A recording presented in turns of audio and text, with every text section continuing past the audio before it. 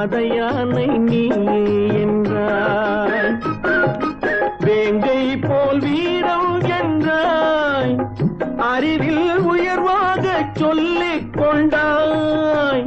மதுவால் விலங்கினும் கீழாய் நின்றாய். தைரியமாகச் சொல், நீ மனிதன் தானா?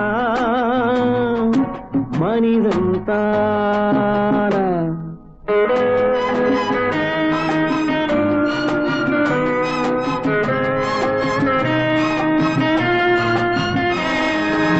அலையாடும் கடலை கண்டாய், குடித்து பழகாமல் ஆடக் கண்டாய்.